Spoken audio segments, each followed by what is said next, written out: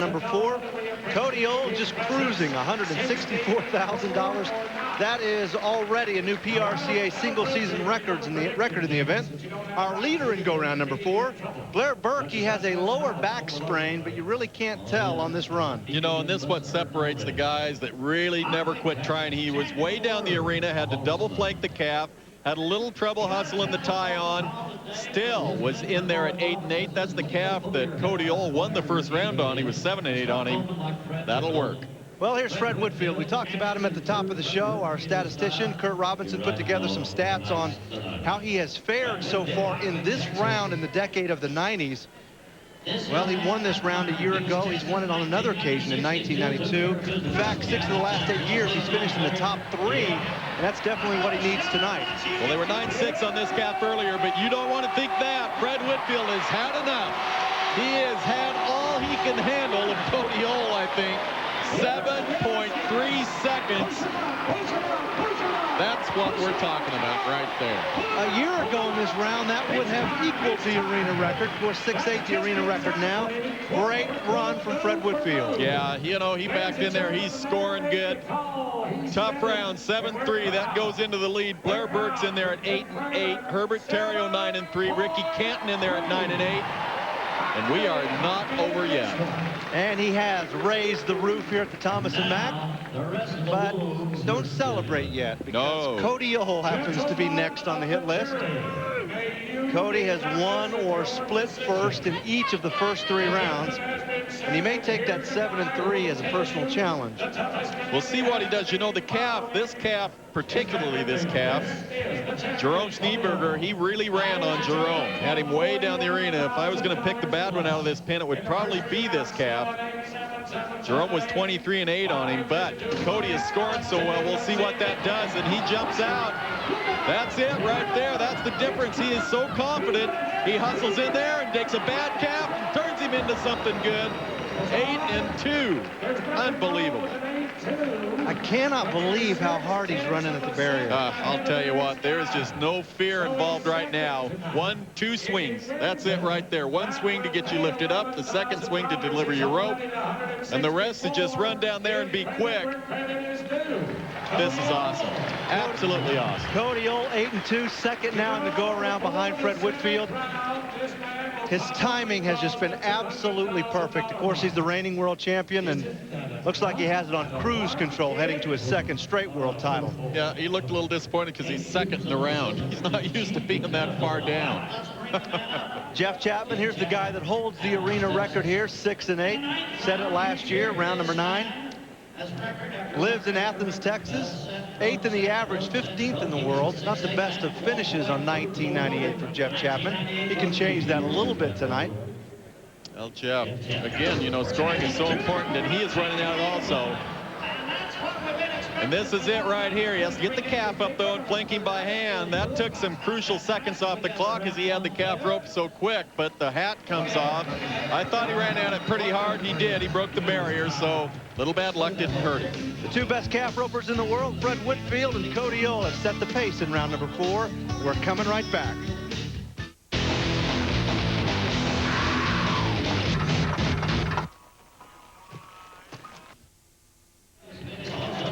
We're back. Here's Jerome Schneeberger trying to catch Fred Whitfield in 7-3. Schneeberger, part of the guys, part of the trio that split the round last night. Holy cow. You know, much like Blair Burke, he is 2/3 of the way down the arena, had twice as far as Fred Whitfield was, but he hustles so quick. He's off his horse to the calf. I mean, this boy, he has got a speed gun on him, and he handles it the whole way. Watch how quick he gets to this calf. The send right there, flanks him. Looked as though things were going to get away from him. Not a problem. Keeps hustling, never quits, and now jumps in there number 3 in the round because of his try. Yeah, he's athletic, 6'3", weighs about 210. He's got some youth on his side. He's just 22 years old. And there is Fred Whitfield. A slow start at the national finals. We talked about it off the top of the show. But he's a champion, you know, and he's got the stuff that makes you great. And he's going to come back, and he's never going to quit. 7-3, leading the go-around right now. He's going to be hard to catch. Bubba Pascal now, LaPorte, Texas. 12th in the average, 14th in the world. Another youngster, just 25 years old. Well, Herbert Terrio was 8-8 on this calf earlier. This can be a very good calf if Bubba can get him caught in a hurry, and he does. Now we'll see what it goes to. Gets him up, gets him on his side. This can be quick. One, there it is. Oh, and missed his half inch. Missed the half inch. The clock was there at about 7 and 5 and missed it. Had to go back. That hurt. 11 and 4 after the miscue for Bubba Pascal. Dan Mortensen, for the second time in his career, has equaled the arena record here at the National Finals. Earlier, he had a chance to visit with Hadley Barrett. We call him Dan the Man, and this is the one that everybody's been waiting for. Man, what a ride. Yeah, it's just a cool horse, Mike Sankey's, they call Dunny. Got on him a couple of years ago when he was pretty young. Her first year he was around at Pendleton and didn't even make it to the grass at Pendleton. So he threw me off pretty quick. I looked forward to getting on him here, and he's been an awesome horse all year. Is this the first time you've been on him since? It is, yeah. And I've seen the horse quite a bit. Red Limo got on him this summer when I was traveling with him, and Red did good, or he threw Red off, but he had a heck of a day. Nice ride. Good luck on the next one. Thank you. Well, we had some technical difficulties there. Johnny Emmons with a run of 8 and 7. That should move him into 4th place now. Fred Whitefield winning the round 7 and 3. Dan Mortensen, $152,000 already. 6 rounds still remain, plus the average as he continues to climb back into that race as well. Red Limo moves into 2nd place. And really, that's what the battle is for the most part, 2nd place. There's Fred Whitefield and Cody Ohl watching on. They sit 1 and 2 in the round, 7 and 3 for Whitefield, 8 and 2 for Cody Ohl. Rusty Seawalt now. 7th in the average, 8th in the world. Off to a pretty good start, Cowboy from Del Rio, Texas. 31 years old, reaches for the calf.